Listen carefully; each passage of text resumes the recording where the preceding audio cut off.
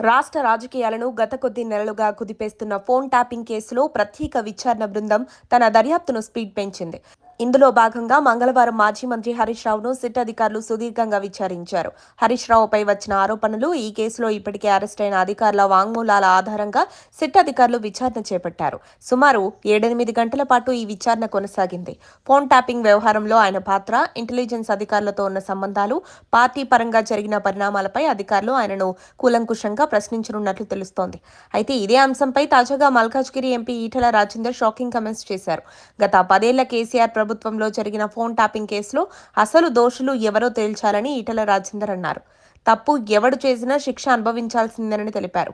Phone tapping కేసులో BRS MLA మాజీ మంత్రి హరీష్ రావును నిన్న సిట్ విచారించిన విషయం తెలిసిందే.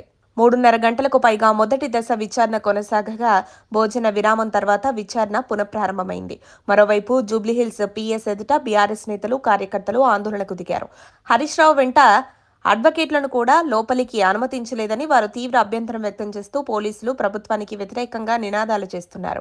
BRS MLA Harish Rao SIT ఎదుట విచారణకు హాజరు కావడంపై ఈటెల రాజేందర్ మాట్లాడుతూ చట్టాలు అమలు చేయడంలో రేవంత్ ప్రభుత్వానికి చిత్తశుద్ధి లేదని విమర్శిస్తూనే ఫోన్ ట్యాపింగ్ కేసు సహా పలు కేసుల్లో దర్యాప్తు చేయడం తప్పు కాదని, కానీ డైవర్షన్ పాలిటిక్స్ కి తెరలేపకుండా నిజాయితీగా విచారణ జరపాలని ఈటెల సిట్ అధికారులకు డిమాండ్ చేశారు. చట్టంతో ఎవరు చెలగాటమాడినా ఇదే గతి పడుతుందనే విశ్వాసం రాష్ట్ర ప్రజలకు కల్పించాలన్నారు.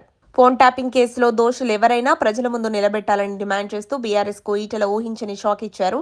అంటే ఎప్పుడు బీఆర్ఎస్ కు మద్దతుగా నిలబడే ఈటెల సడన్ గా బీఆర్ఎస్ అగ్రనేతలను ఈ ఫోన్ ట్యాపింగ్ కేసులో ఇరకాటంలో పడేసేలా చేసిన కమెంట్స్ రాజకీయంగా పెనుదుమారం రేపుతున్నాయట. ఇప్పటికే ఓవైపు కవిత కాంగ్రెస్ కు వరుస లీకిలిస్తుండగా బారాస నేతలు చిక్కులో పడుతున్నారు. ఇప్పుడు తాజాగా ఈటెల చేసిన వ్యాఖ్యలు గులాబీ వర్గాల్లో గుబులు రేపిస్తున్నాయట. మరిన్ని అప్డేట్స్ కోసం మా కాయ్ టీవీని సబ్స్క్రైబ్ చేసుకోండి.